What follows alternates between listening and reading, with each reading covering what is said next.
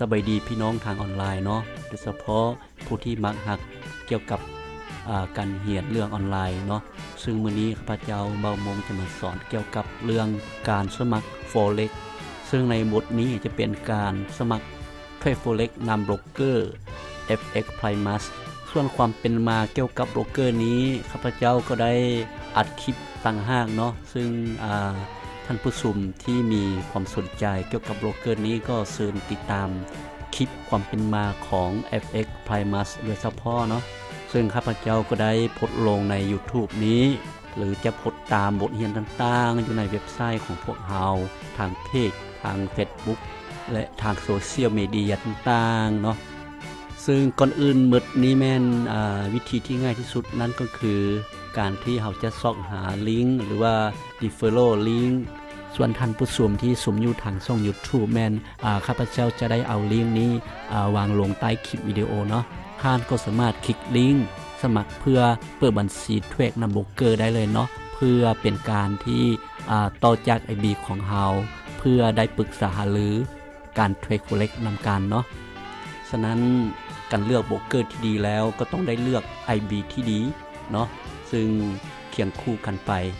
ซึ่งในนี้เราก็เป็นหนึ่งใน IB ของโบรกเกอร์ FX Primus ซึ่งพวกเราได้สร้างเว็บไซต์ legfx.com นี่ขึ้นมาเนาะก็เพื่อเป็นการแนะนำข้อมูลข่าวสารแล้วก็บทเรียนความรู้เทคนิคต่างๆเกี่ยวกับการเทรด Forex ให้บรรดาท่านนักเทรด Forex ทางหลายได้เข้ามาศึกษาข้อมูลการเทรดต่างๆเนาะหลังจากที่ท่านได้เข้ามาในเว็บไซต์ของพวกเราแล้วจะปรากฏเห็นมีบทความบทเรื่องหรือว่าจะเป็นข่าวสารต่างๆซึ่งอยู่ในแต่ละบทความพวกเราก็ได้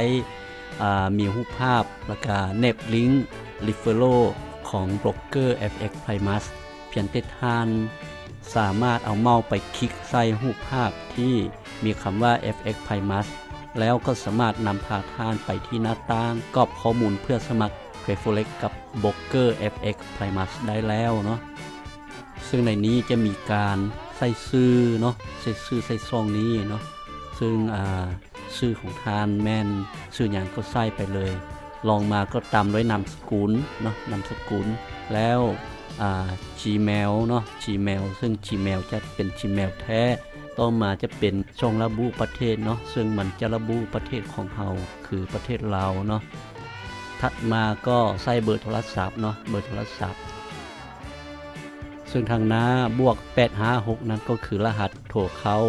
ประเทศลาวเฮาเนาะเพียงเฮาพิมพ์หมายเลขโทรศัพท์ของเฮาใส่กล้องทางหลังนี้ถ้าลงมามันจะเป็นชื่อผู้ใช้อีกทีนึงเนาะซึ่งชื่อผู้ใช้นี่มันจะใช้เป็น user ในการเข้าบัญชี FX Primus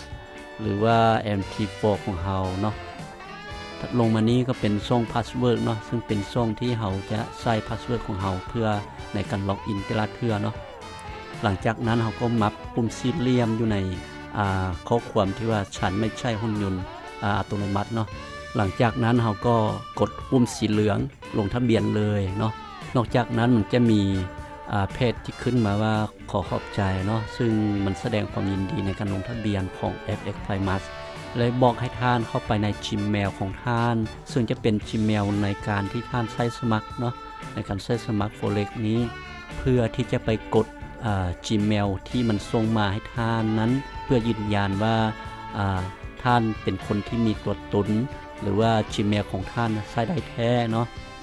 เมื่อเราเข้าไปใน Gmail ของเราจะเห็นมีจดหมายจาก FX Primus ส่งมานี้เนาะแล้วเราก็กดไปข้างในเลยเนาะจะกดไปข้างในแล้วจะเห็นมีเนื้อในหลายอย่างเนาะแต่ว่าเราจะไปเลือกกดอยู่ที่พื้นที่สีเหลืองเนาะกดอยู่ที่พื้นที่สีเหลืองที่มันเขียนว่ายืนยันที่อยู่อีเมลเนาะหลังจากที่เรากดแล้วมันก็จะส่งเราไปที่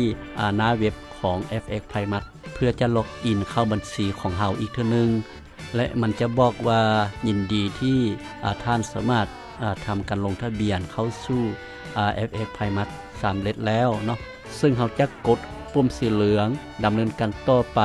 เป็นขั้นตอนที่จะไปกรอกข้อมูลที่อยู่ตัวจริงของท่านแล้วก็เอกสารต่างๆก็คือข้อมูลส่วนตัวเนาะข้อมูลส่วนตัวของท่านนั่นเองเนาะ ซึ่งเริ่มต้นนี้เราก็สามารถตั้งภาษาเนาะตั้งภาษาในโปรไฟล์ของเราก็คืออยู่ในนี้จะมีภาษาลาวอยู่ด้วยเนาะแต่ก็บ่จำเป็นเนาะเพราะว่าเราก็สามารถอ่านภาษาไทยได้เนาะซึ่งเราจะตั้งค่าเป็นภาษาไทยก็ได้หรือภาษาลาวก็ได้เนาะแล้วเราก็จะไปกรอกข้อมูลของเราใส่เลยในช่องที่1นี้เนาะก็คือที่อยู่เนาะที่อยู่นี้ก็คือเราจะใส่บ้านหรือว่าจะใส่หน่วยหรือว่าใส่เส้นทางหรือว่าห้อมทางถัดมาเนาะก็เป็นเมืองเนาะถัดมาก็เป็นเมืองเมืองก็ใส่เมืองที่เราอยู่ต่อมาเนาะเขาก็จะใส่แขนที่เราอยู่หรือว่านครหลวงอย่างจันทน์เนาะแล้วรหัสไปรษณีย์เนาะรหัสไปรษณีย์ตามไปด้วยวันเดือนปีเกิดเนาะวันเดือนปีเกิดซึ่งเขาจะไปเลือกเอาเดือนเกิดเนาะอยู่ในช่องเดือนหลังจากนั้นเขาก็มาเลือกเอาปีเกิดอยู่ในช่องปีเนาะแล้วตามไปด้วยวันเกิดเนาะเป็นอันสิ้นสุดสำเร็จเนาะถัดลงมาเนาะก็ตามคำถามที่มันถามแล้วเขาก็คลิกระบุตามความเป็นจริงเนาะซึ่งว่าความเป็นจริงของเขาเป็นอะไรเขาก็มักไปเนาะมักไปลงมาเรื่อยๆเนาะมันก็จะถามเกี่ยวกับความรู้ประสบการณ์ในการซื้อขายเนาะระดับการเรียนเนาะมันจะถามความสามารถในการสร้างรายได้เนาะเขาก็กอบเอาข้อมูลหรือว่าจำนวนรายได้ที่เขากล้าว่าเขาจะสร้างได้เท่าใดหรือว่าความเป็นจริงเขาจะเฮ็ดได้เท่าใดหรือว่าเขาจะกอบไปแบบมั่วๆก็ได้เนาะซึ่งเขาจะกอบไปเลยเนาะซึ่งตามแต่ละขั้นในการสร้างรายได้หรือว่ารายได้ของเราที่ต้องการระบุอยู่ในนี้เนาะซึ่งจำเป็นก็ต่อเมื่อเวลาที่เราสร้างพอร์ตที่ใหญ่เนาะ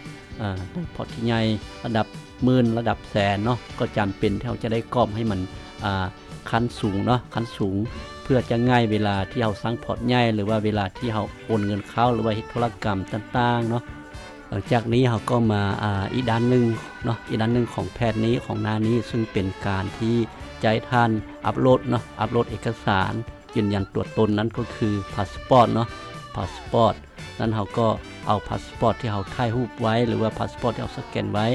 อัปโหลดลงไปเลยเนาะอัปโหลดลงไปเลยหลังจากนั้นก็อัปโหลดขึ้นไปอีกซึ่งจะเป็น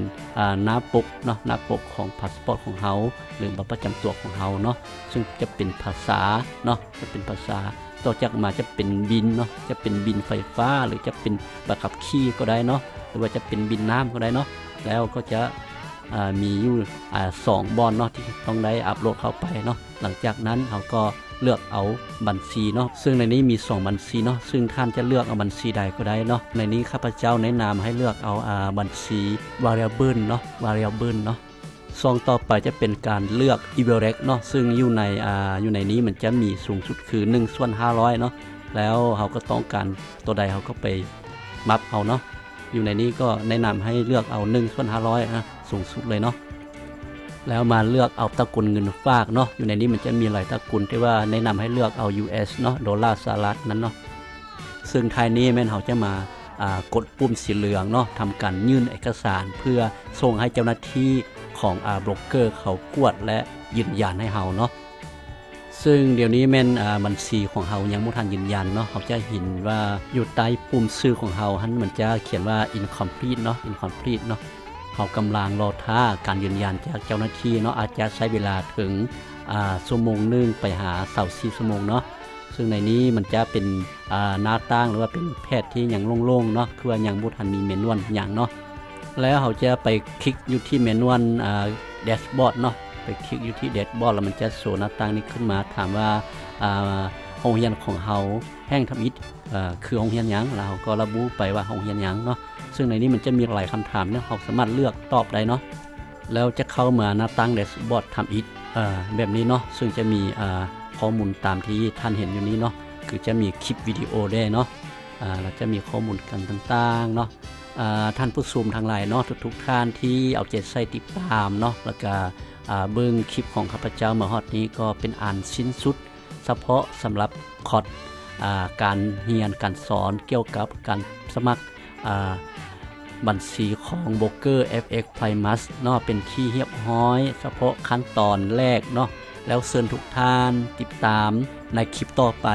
หลังจากที่บัญชีของเขาได้รับการยืนยันแล้วเขาสามารถจะฝากเงินเข้าบัญชีเทรดเขาสามารถจะดาวน์โหลดแพลตฟอร์มและเริ่มต้นสร้างบัญชีเดโมในการเทรด Forex เนาะนำโบรกเกอร์ FX Primus ต่อไปเนาะท้ายนี้ข้าพเจ้าเบามงขอขอบใจทุกท่านที่ติดตามคลิปของข้าพเจ้าแต่ต้นจนจบเป็นอีกเทื่อนึงเนาะและขอกล่าวคำว่าสบายดีพบกันใหม่ในตอนต่อไป